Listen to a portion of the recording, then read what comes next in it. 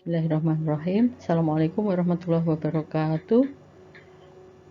Selamat bertemu kembali di kelas Teknologi Pati. Kita akan melanjutkan materi-materi yang telah kita bahas sebelumnya sambil mengulang sedikit. Nah, kali ini topik kita adalah enzim-enzim yang dapat menyebabkan pati terdegradasi.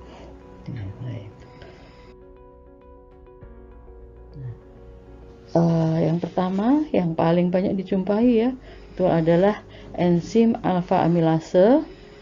Nah, ini mempunyai number ya. EC itu adalah singkatan dari enzim commission number 3211. Jadi mungkin yang paling duluan ditemukan ya. Nah, enzim ini sumbernya bisa dari manusia, bisa dari hewan, tumbuhan maupun mikroorganisme ya. Gitu. Nah,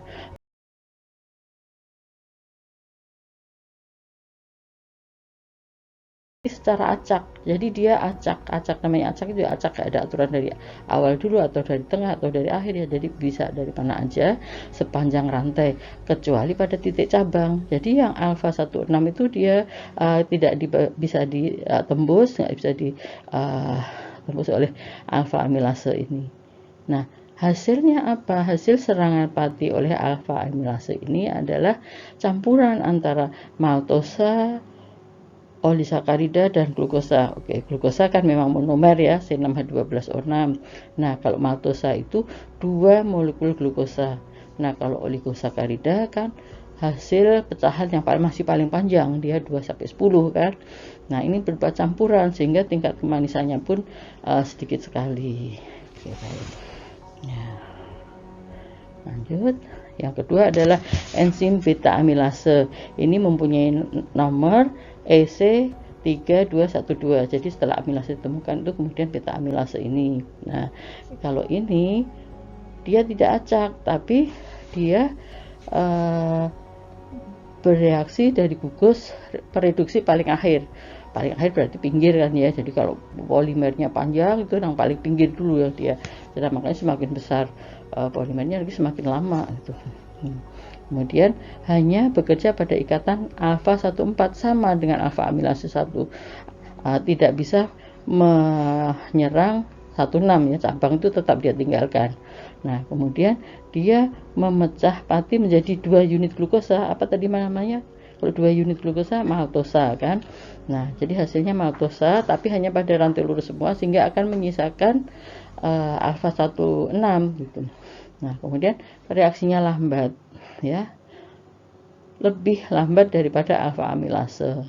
Tapi hasilnya murni maltosa kalau menyisakan yang alfa 16. Kalau alfa amilase tadi kan campuran hasilnya. Jadi ini sedikit lebih manis hasilnya kalau diserang oleh beta amilase ini. Kemudian enzim selanjutnya adalah glukoamilase. Glukoamilase ini mempunyai nomor EC3213. Jadi ketiga yang juga terkenal. Itu ya. Nah, ini kalau ini eksoenzim. Jadi bekerja dari gugus non pereduksi. Kalau tadi kan bekerja dari gugus pereduksi ya. Kalau ini kebalikan dari non pereduksi yang paling akhir. Jadi non reducing end of the starch itu ya, mulai dari situ. Kemudian memotong pati menjadi 1 molekul glukosa, hasilnya glukosa monomer itu. Kemudian bekerja baik lurus maupun bercabang 1416 dia bisa menyerang ya satu persatu dan hasilnya murni glukosa. Nah, tapi reaksinya lambat sekali. Kemudian ada lagi enzim pululanase, ini dari mikroba ya, atau juga biasanya disebut isoamilase. Nah, ini memecahnya ikatan khusus 16, kebalikan dari alfa amilase tadi dan beta amilase. Ini khusus 16. Nah, dia akan bekerja secara cepat kalau dicampur. Jadi beberapa enzim dicampur seperti misalkan alfa amilase, terus glukoamilase ya, glukoamilase memang satu-satu langsung dia. Nah, ini cepat gitu, cepat, tapi harganya lebih mahal. Kemudian tadi kan kita bicarakan apa sih yang dimaksud glukus reduksi dan non reduksi. Kalau kita ingat lagi struktur dari polimer apati ya, itu kan ada C1 2 3 4 5 6 yang disebut non reducing end itu biasanya terletak pada C nomor 4. Nah sini, nah ini non reducing end. Nah berarti kalau non reducing end berarti yang paling awal, paling kiri sendiri kan ya. Nah kemudian kalau yang reducing end itu yang terdapat ada C nomor 1, tapi kalau reducing end berarti ya yang paling kanan sendiri itu ya mulai gitu ya kan. Kalau tadi kan ada yang bekerjanya acak, ada yang dari non produksi, ada yang dari gugus produksi. Nah itu yang dimaksud ya. Nah kemudian ini ilustrasi bagaimana enzim-enzim tadi itu memecah di mana sih mereka itu memecahnya gitu ya.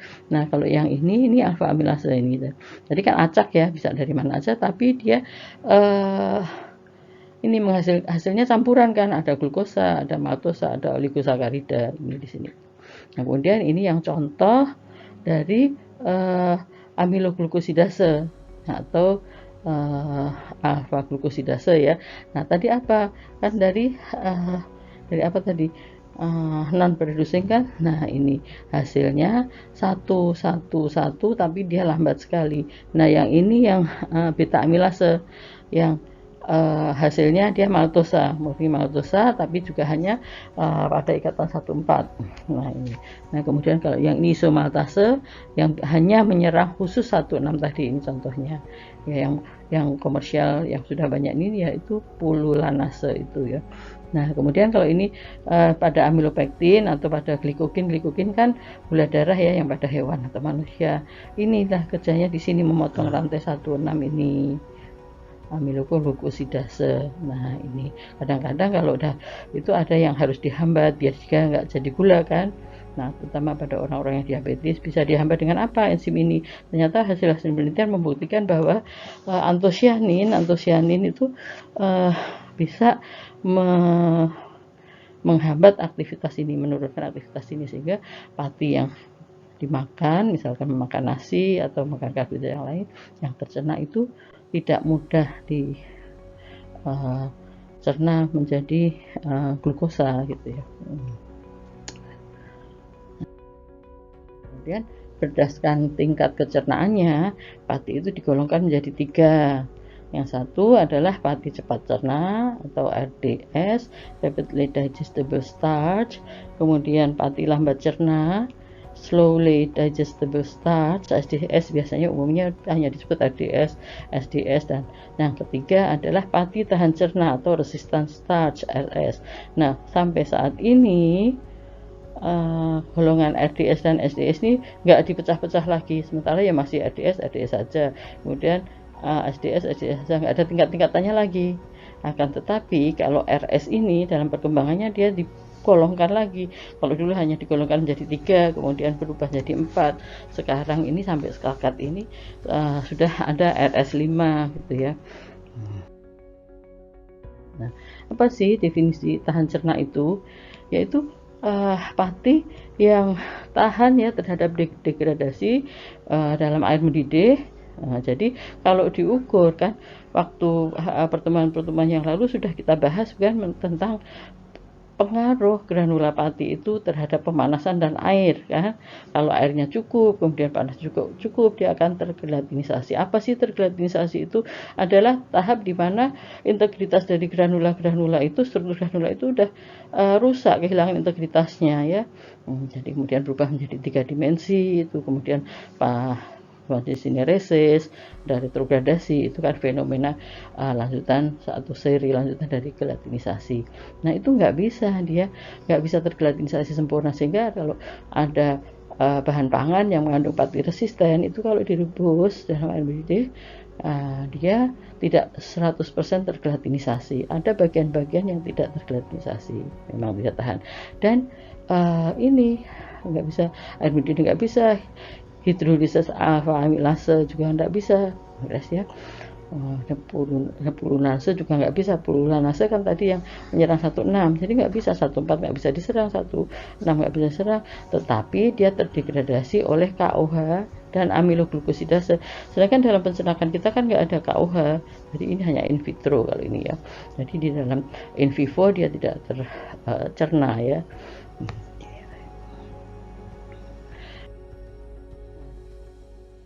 Tadi kalau RDS kan tidak digolong-golongkan lagi, tidak dipisah-pisah lagi. Tapi kalau RS ini bisa menjadi 5. Ada RS1, RS2, RS3, RS4, RS5. Apa RS1 itu? RS1 itu adalah pati yang granul-granulnya secara fisik dia terlindungi, sehingga sulit untuk dicerna kan. Nah, sulit untuk ditembus gitu. Nah, kemudian kalau RS2 itu secara alami karena strukturnya itu hanya sedikit tergelatinisasi, jadi strukturnya mungkin sangat kompak gitu, sehingga susah ditembus oleh enzim-enzim itu. Kemudian RS3 ini, nah kalau RS3 ini dia bukan alami seperti RS1, RS2, tapi sengaja dibentuk karena proses pengolahan. Nah, kapan terjadi RS3 ini? RS3 ini terjadi pada saat sumber pati itu dimasak, artinya dipanaskan kemudian didinginkan yang secara berulang-ulang. Jadi pemanasan dan pendinginan yang berulang-ulang itu menyebabkan dia terbentuk pati resistan 3, atau proses ekstrusi ya, extrusion food yang memakai alat ekstruder itu dia juga menyebabkan peningkatan kandungan pati, menyebabkan terbentuknya pati resistan 3. Nah, apa kata lainnya biasa disebut retrogradasi ya. Nah, kemudian RS4. Nah, ini juga dibentuk dengan sengaja, tapi bukan secara fisik karena pemanasan dan pendinginan tadi, tapi ya ini dibentuk karena sengaja direaksikan dengan bahan-bahan kimia. Nah, tetapi ini jadi dia biasanya disebut modified starch itu di sini ya, modifikasi tapi bukan secara fisik, tapi secara bahan kimia gitu ya. Nah, ini biasanya penggunaannya bukan sebagai bahan baku, raw material sebagai food product, tidak, tapi hanya sebagai food additive, artinya bahan pangan tambahan yang boleh ditambahkan dalam jumlah yang sedikit, sengaja ditambahkan untuk memperbaiki kualitas ya, tekstur atau daya simpan ya, mencegah sineresis misalnya gitu, atau stabilasi biar dia stabil gitu ya. Nah, itu hanya maksimal 1% biasanya kalau food additive itu ya. Nah, kemudian sekarang ini berkembang RS5. Apa RS5 itu? RS5 adalah pati yang tahan cerna karena apa? Karena terjadinya kompleks antara pati dan lipid. Nah, biasanya terjadi saat pengolahan itu ya. Tabulasikan kurang lebih seperti ini. Jadi RS ya terlindungi secara fisik RS1. Contohnya biji-bijian dan kacang-kacangan. Karena kan biji-bijian kebanyakan ada yang mengandung lemak dan protein yang lebih tinggi kan. Nah, itu karena strukturnya terlindungi oleh lemak dan protein itu, sehingga susah ditembus oleh enzim. Nah, gimana cara menurunkannya? Kan tidak semua orang perlu pati resistan, perlu yang menjadi energi gitu kan. Nah, itu cara penyosohan atau milling atau pengunyahan itu akan menurunkan keberadaan tingkat resistensi. Hal ini dikehendaki kalau memang yang mengkonsumsi itu memerlukan energi dengan cepat ya. Nah, tidak ada masalah dengan glukosa dalam darah. Nah, gitu. Kemudian kalau RS2 itu kan tadi sudah dijelaskan karena strukturnya ya kompak itu, sehingga sangat sulit terurai, kayak tambat ya, sulit nih. Nah, kemudian contohnya umbi-umbian yang mentah kan kadang-kadang bengkoang mentah kan, umbi-umbian yang dimakan secara mentah, atau pisang bukan pisang meja tapi plantain banana yang dikonsumsi mentah itu dia mengandung pati resistan tipe 2. Nah, apa solusinya supaya dia bisa menjadi energi? Diolah, direbus ya gitu kan, jadi mengurangi tadi itu strukturnya bisa agak loosening lenggang sedikit sehingga bisa terbuat enzim. Kemudian apa itu RS3? Tadi kan pati yang di retrogradasi ya karena pengolahan, pemanasan dan pendinginan yang berulang-ulang tadi. Nah, ini kondisi proses. Kalau nggak mau terjadi resistansi ya jangan dipanaskan dan didinginkan berulang-ulang. Nah, RS4 ini makanan yang mengandung modified starch ya, cross linking atau cross bonding atau stabilizing ya itu. Nah, ini memang sengaja ditambahkan untuk memperbaiki sifat fungsional gitu ya. Kemudian RS5 ini yang kompleks tadi. Contoh sederhananya yang sehari-hari sudah dipraktekkan ya, diterima di masyarakat adalah itu pasti yang dimasak dengan lemak, misalkan minyak atau santannya. Sekarang ini akhir-akhir ini kan banyak itu minyak MSM, minyak sawit merah itu ya, karena selain kandungan lemaknya kan dia juga kandungan karotenoid, beta karoten ya, itu kalau ditambahkan dalam makanan berpati dia akan menjadi kompleks dan itu susah dicerna ya. Nah, itu akan bermanfaat bagi orang-orang yang menghindari pengennya tetap makan enak tapi menghindari dia menjadi energi gitu ya. Nah, kemudian fungsi fisiologis dari pati resisten itu sebagai apa sih? Dia disetarakan dengan, karena dia tidak tercerna ya, maka dia disetarakan dengan dietary fiber atau serat pangan. Apa sih serat pangan itu? Nah, serat pangan adalah polisakarida yang tahan terhadap serangan-serangan enzim tadi dalam pencernaan manusia ya, lolos dari usus halus tetapi tidak dapat terfermentasi oleh mikroba-mikroba yang berada dalam usus besar atau colon dan menghasilkan apa? SCFA, short chain fatty acid. Apa SCFA itu? SCFA itu adalah asam-asam lemak yang hasilnya 2-4, jadi asam lemak rantai pendek kan ya. Apa kegunaannya? Ternyata dia banyak kegunaannya.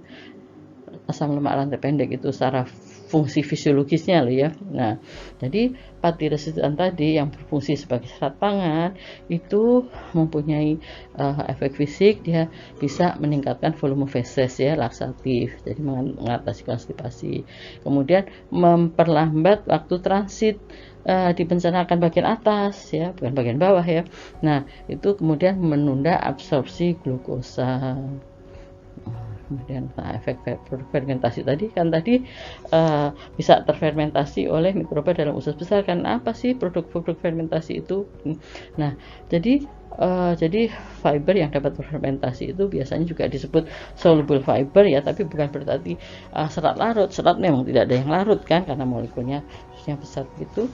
Nah, tapi dia terfermentasi. Biasanya juga disebut, yang lebih betul itu sebetulnya fermentable fiber ya, bukan soluble fiber gitu. Nah, itu di usus besar itu difermentasi oleh mikroba-mikroba yang tinggal di usus besar itu, menghasilkan tadi asam lemak rantai pendek, sebagai contoh asam asetat, propionat, butirat itulah, dan gas H2 juga, CO2 dan CH4. Nah, itu untuk juga selain menghasilkan asam ini juga menghasilkan energi untuk pertumbuhan mereka sendiri, untuk mereka berkembang biak ya, mikroba itu berkembang biak gitu kan. Nah, kemudian apa gunanya asam lemak rantai pendek tadi? Misalkan propionat itu menurut penelitian ya, itu dapat menstimulasi otot-otot usus, kemudian menurunkan bakteri patogen seperti Clostridium gitu kan. Nah, butirat itu juga mencegah perkembangan sel-sel tumor, antara lain itu menurut hasil-hasil penelitian itu. Nah, jadi enzim-enzim itu tadi bekerja itu tidak dapat kalau dalam struktur butirannya itu masih utuh gitu kan ya. Jadi kan yang amilosa dan amilopektin itu kan terpack ya, tersusun rapi ya, very organized ya, dalam satu granula gitu kan, butiran kecil. Nah, jadi enzim itu susah masuk sebenarnya. Nah, kecuali kalau dia sudah dirusak struktur yang sangat terorganize tadi itu. Apa dirusaknya? Ya kan harus ikatan hidrogennya ya, hidrogen bondingnya yang harus dirusak. Dengan apa? Dengan air dan dengan panas gitu kan. Kalau tadinya jadi butiran-butiran gini terorganisasi dengan tersusun dengan rapi. Nah, kalau sudah kan dia kan jadi begini. Nah, ya, ilustrasinya seperti ini kan ya. Ini gradasi suhu ya, semakin naik dia semakin rusak kan integritasnya. Nah, ini ini atau pati. Kalau ini ilustrasi yang tidak pati mentah ini bukan ilustrasi tapi hasil SEM ya, hasil scanning elektron mikroskop itu seperti ini. Nah ini yang mentah tadi asli, masih belum masih diekstraksi saja, belum panaskan. Nah ini dipanaskan mulai membesarkan dia. Nah semakin tinggi suhu kan semakin rusak kelihatan. Nah 90. Nah sebetulnya meskipun sudah dipanaskan pada suhu 95, dia belum completely tergelatinisasi ya, jadi masih nunggu beberapa waktu, biasanya 5 menit 10 menit itu ya, itulah komplit.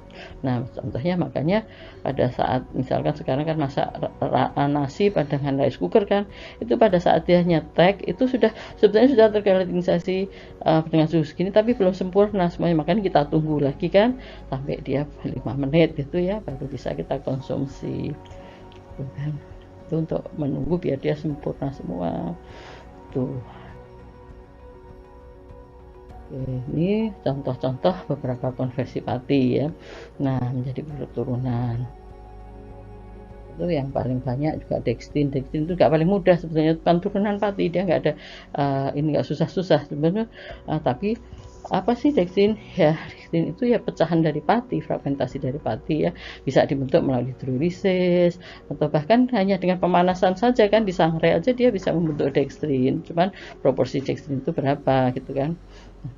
Nah kalau melalui hidrolisis dia bisa dengan selain panas tadi bisa asam atau enzim ya. Nah dextrin ini biasanya digunakan dalam industri tekstil atau industri makanan, atau obat juga misalnya sebagai dusting powder, jadi biar nggak lengket satu sama lain, atau coating ya nanti tuh. Nah kalau ingat pelajaran beberapa waktu yang lalu penting kita kan membicarakan degree of polymerization kan, derajat polimerisasi. Nah dextrin itu termasuk di sini antara 100 sampai 1000 ya, disinilah. Nah kalau glukosa kan ini tadi hasil serangan alfa amilase, yaitu DP-nya ya 1, maltosa 2, oligosakarida di bawah 10 kan, inilah nyempil di sini, ini antara 2 dan 10 ini oligosakarida. Nah ini maltodextrin antara 10 sampai 100 itu masih maltodextrin, maltosa dan dextrin gabungan. Nah kalau udah dicerna lagi adalah dextrin, inilah dextrin, jadi derajat polimerisasinya. Nah ini di sini baik ada ikatan alfa 16 maupun 14 dextrin itu ya. Kalau maltosa glukosa kan hanya mengandung 14, oligosakarida juga mengandung 14. Nah kalau ini campuran tapi derajat polimerisasinya kecil gitu kan. Nah baik, dextrin ini, nah menurut penelitian juga, jadi ada yang bisa terfermentasi oleh yeast itu khmir ya, ada yang tidak gitu ya. Nah ini begini.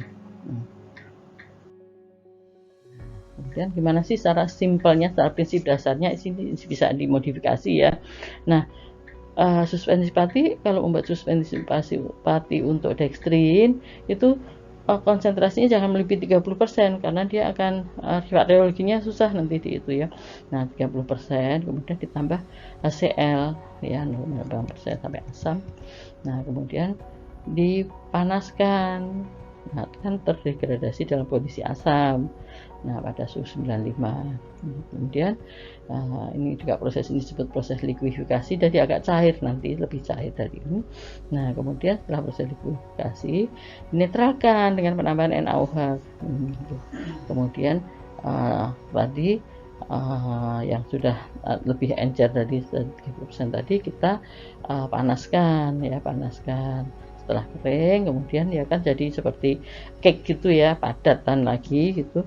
Nah itu kemudian dihancurkan, bisa dengan hammer mill atau bisa dismill, kemudian ya diayak dan dikemas. Itulah dextrin. Dia akan mempunyai sifat beda dengan patinya, dia lebih larut daripada pati. Kalau pati kan hanya membentuk suspensi dengan kelarutan sedikit sekali, kalau ini lebih besar ya.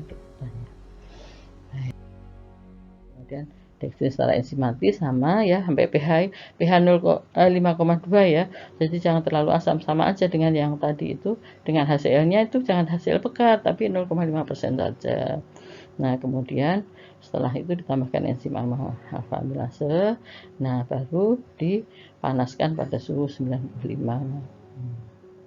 kemudian diaduk. Nah perlu waktu 3 jam untuk mengaduk itu ya.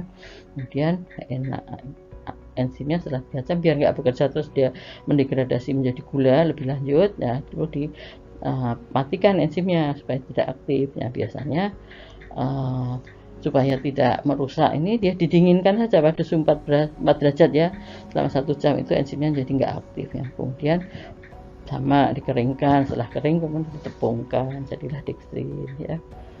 Oke, atau lain cara kering yang tadi cuma disangrai tadi ya, tepung mau 3 jam itu disangrai aja.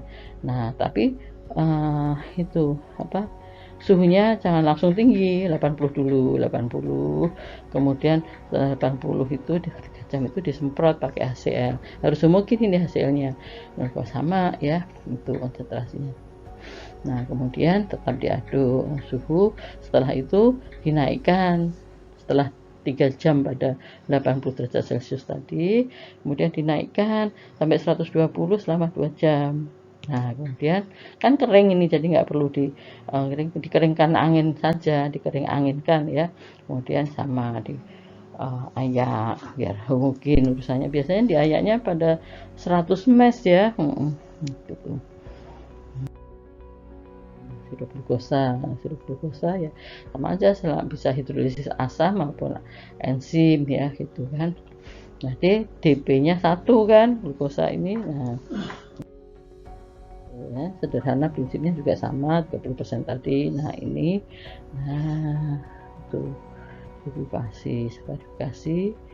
Nah pemanasan penyaringan. Nah ini perlu untuk biar orang aktif ya, menyaring dia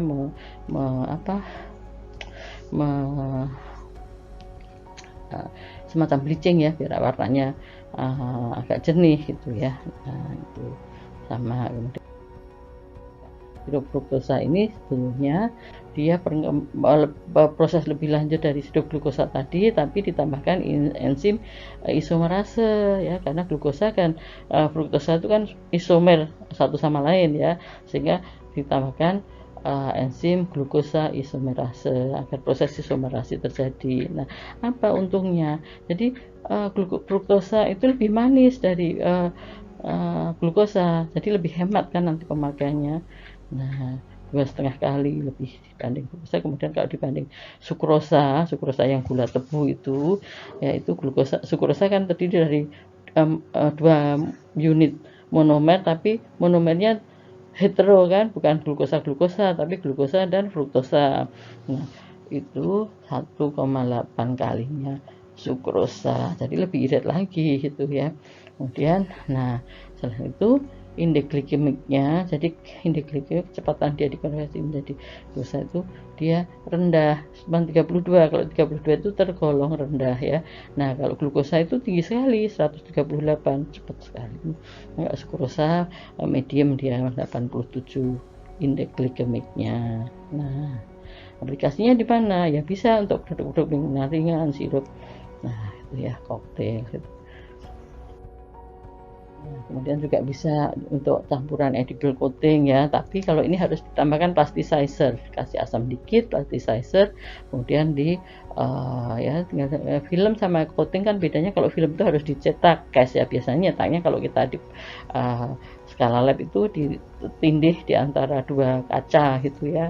Nah itu kalau coating itu tanpa dicetak, jadi dia semacam pasta yang encer gitu ya.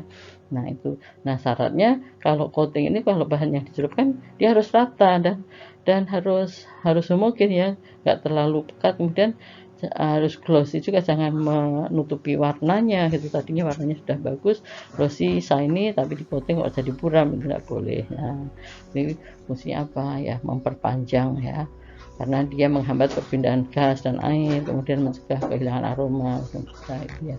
Itu contoh-contoh lain masih banyak ya, film. Nah itu pertemuan kita kali ini, semoga bermanfaat ya. Alhamdulillah selesai kita pertemuan kali ini, semoga bermanfaat. Wassalamualaikum warahmatullahi wabarakatuh.